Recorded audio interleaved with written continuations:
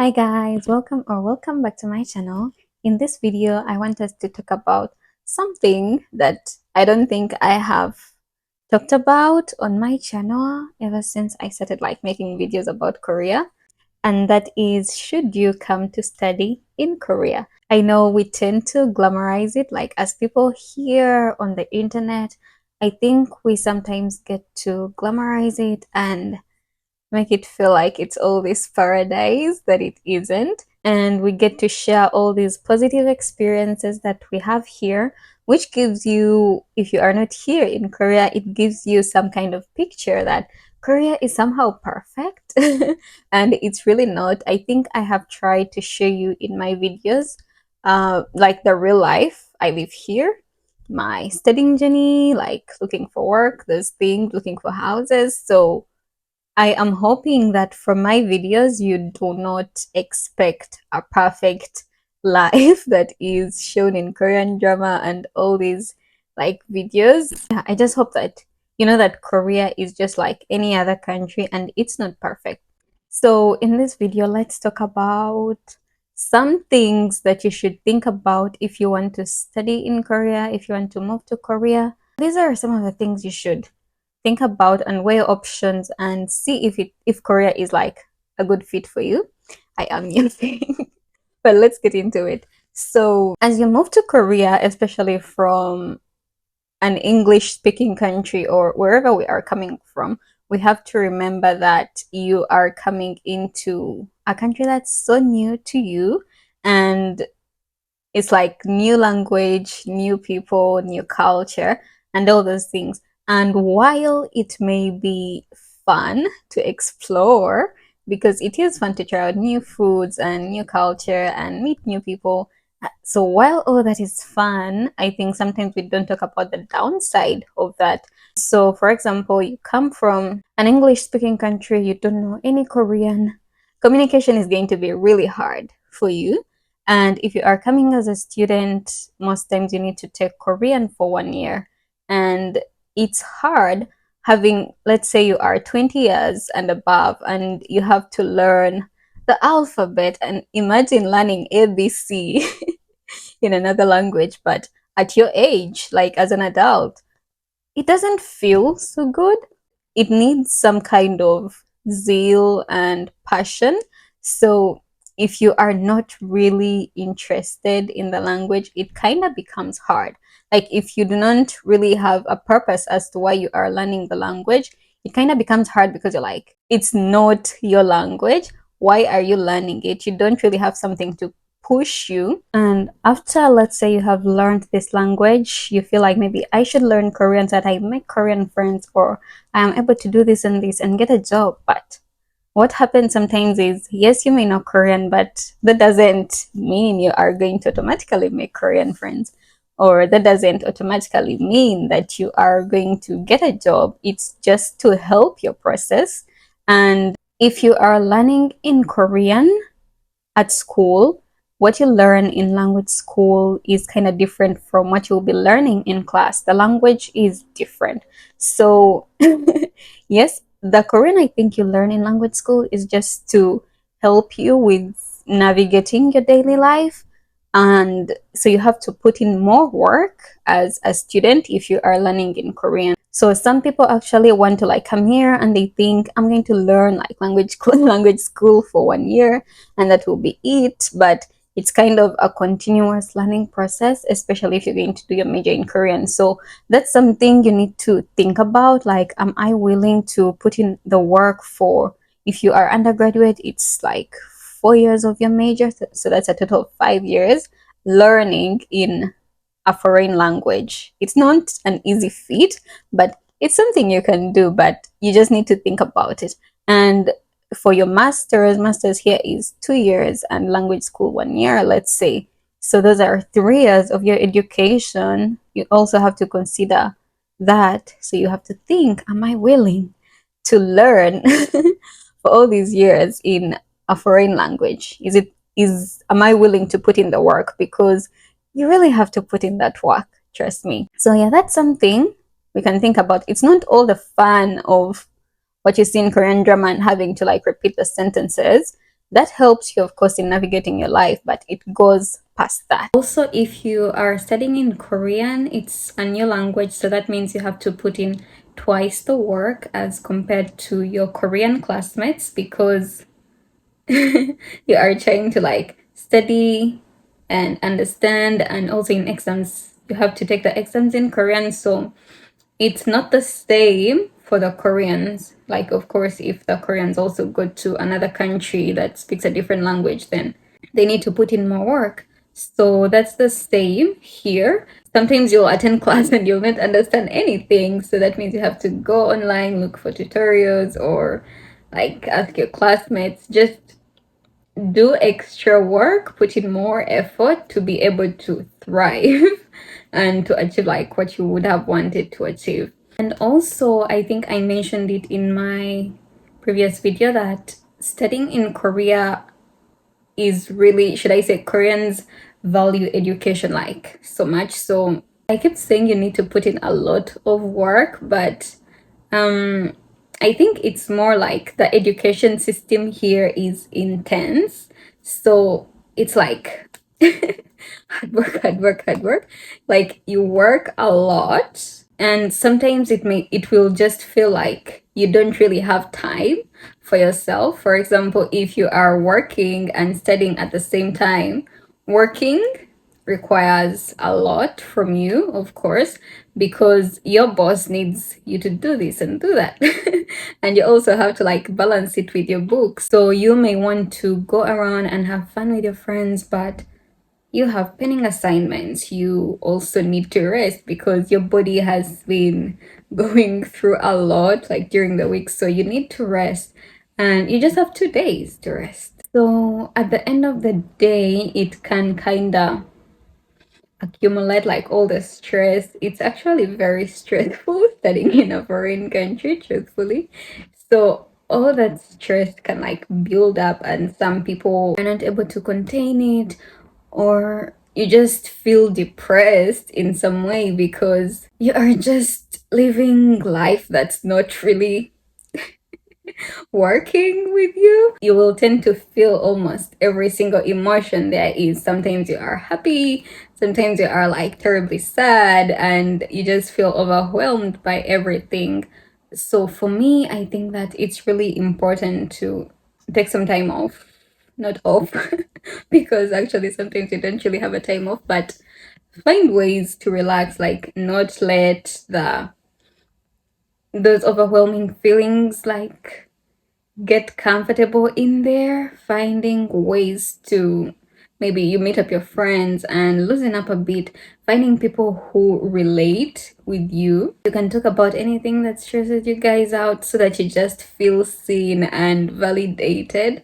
I think it can help you cool down a bit, and by the time you go back to all your work again, you kind of feel better. And yeah, also meeting or making Korean friends also requires work. Sometimes you need to approach them first, because most Koreans can like listen to English, but they are a bit shy to speak. So if you speak Korean, of course, that's a plus. And if you approach them, because sometimes they are shy and they don't want to approach you, a foreigner. So if you approach them first, it's also like a plus to you guys becoming friends. You know how in like Africa, okay, like in my country, like if you joined a new school, almost everyone is like willing to help you out and get you comfortable, things like that, so that you do not feel out of place. It's not really like that here. So if you are a new student and you need help, you have to stand up and go look for the help. If that makes sense, the help is most likely not going to come to you. Yeah, you need to pull up your socks in a lot of ways. Another thing is actually homesickness. Like, you will get homesick a lot because it's not like you are here and you are going to go back to see your family over the weekend. No, you are going to you can be here for years without being able to go home, because the tickets back home are actually expensive. So if you are not able to save up, then you may not be able to see your family in a couple of years, and that's not easy because your family, your people, these are people that understand you, right? You need that. Yeah, like you really, really need it. But for me, it comes back to like getting community and friends that will take that place where you guys can like support each other, because we don't have families here, so we just have to become each other's families in some way. Yeah, so homesickness, missing home food. And sometimes you can be in a school and you are like the only Black person there, so that doesn't really feel good. But these are all things we get to live with. Like there was a time where I was the only Black person at my school, and in my class at the time. It's not a very good feeling. Like when you have other Africans around, other Black people around, there is some kind of comfort you feel than when you are alone. But yeah, find your people when you come here. So I mentioned earlier that school here is going to require a lot from you, especially graduate school. Like nowadays I'm in graduate school. I don't know if you guys have noticed, but before, when I was like on my resting period, I could post like every other week, like there was a video, and I was like traveling everywhere. But nowadays I really can't do anything. I spend more than 15 hours a day on my computer trying to do work, and over the weekend I don't want to go anywhere because I need to rest, and also have work that has been left from the week that I do not want to go into the next week. So I use the weekend for that. And so at the end of the day, you realize that the only thing you are doing is work. And it's kind of like this constant cycle, like go to school, come back, go to school, come back. And you really need to find a balance in everything so that you remain sane, because it can be taxing. We actually lost somebody over was it like 2 months ago? I think in May. We lost a student, and it is said it was due to academic stress. And at first, actually, this person was seen riding naked on a bike. You can just imagine what must have gone on in this person's life to drive them to this extent. Like, you don't just wake up and start riding a bike naked outside. Like, he must have been going through a lot that maybe his brain just gave up. I have no idea. And the student told the police that he was just having academic stress. They tested him for, of course, drugs or to check if he was drunk, and all the tests came out negative. They say that he was showing signs of schizophrenia. I'll leave a link in the description if you guys want to read about it. But that was the first bit of it. So he was seen riding around naked, and then after some time, he was found dead. And it's really sad. So when studying, especially in a foreign country, your professor, your friends, your lecturers, like they really matter, especially your professor. If you have like a very unkind professor, you are really going to have the worst time of your life. You are in a foreign country, you just want to do your best and leave. But if your professor is not cooperating, then you're not really going to have the best time of your life. I think we need to always pray for such things, because when you are leaving home and coming, you do not expect that you're going to have all these issues. You do not know the people you're going to meet, but I think it's good to like always pray that God places the right people in our paths so that we can have maybe the best experience, or that we do not like go mad because of our interactions with some people. And somebody like a professor is like very important for your academic life. You cannot get your master's or you cannot get your PhD without this professor's approval. So it's like they're really holding your life in their hands. So it's really important to pray for such people. And another thing that is not, I think, mentioned a lot, especially for people that are not in Korea, I think that the news you may not come around is that Korea has a very high suicide rate. Most of these people that take their own lives are actually youth. I found an article. It says South Korea has the highest suicide rate in the Organization for Economic Cooperation and Development, in the OECD, with around 13,000 people taking their own lives. And the South Korea suicide rate has doubled over the past 2 decades, with 26 deaths per 100,000 population, with suicide being the sixth leading cause. Can you imagine? Like, there are so many diseases and so many other things people can die from, but suicide comes number 6, and that is by like 2022. So suicide actually comes before diseases like cancer and heart diseases. Can you imagine that? It's like suicide here, then cancer, then heart diseases. It kind of doesn't make a lot of sense, but that's the reality. So this is common in, of course, the elderly as well, but also in the young population for people from 10 to 24 years. So like, those are very young people, 10 to 24 years. That's like the youth. And I don't know if you know, but South Korea's population is really like going down like a lot. So the government is trying to do a lot of things to make, like, to encourage people to date and give birth. So it's doing a lot of initiatives here and there for that. Coming back to suicide, it's caused by a lot of things such as depression and all this stress. And I think you may have also seen like some maybe popular actors or K-pop stars that take their own lives.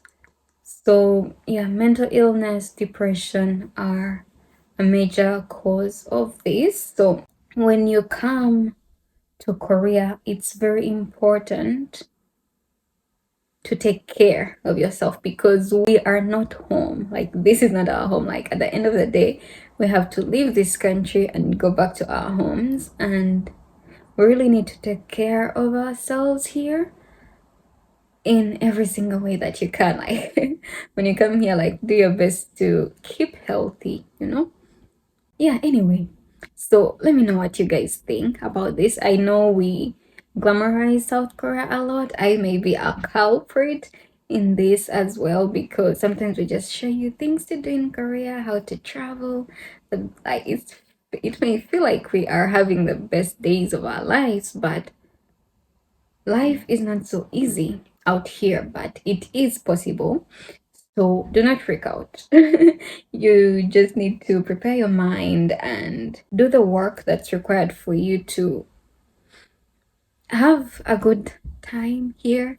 Pray that everything goes well and that you are able to go through the tough times, because the tough times are definitely going to be there. So anyway, let me know what you guys think. I hope this video was not discouraging in any way. I just wanted to give you guys a clue about the other side of Korea we actually do not talk about. Korea is still a good country with its positives and negatives, of course. Do I encourage people to come and study here or move here? I really do. It's a good opportunity, and you get to leave your comfort zone and experience something new. It's a very good challenge. Do not expect everything to be like a bed of roses, because it's a hustle. So anyway, I hope this video has been helpful, and I'll see you in the next one. Thank you so much for watching. Bye.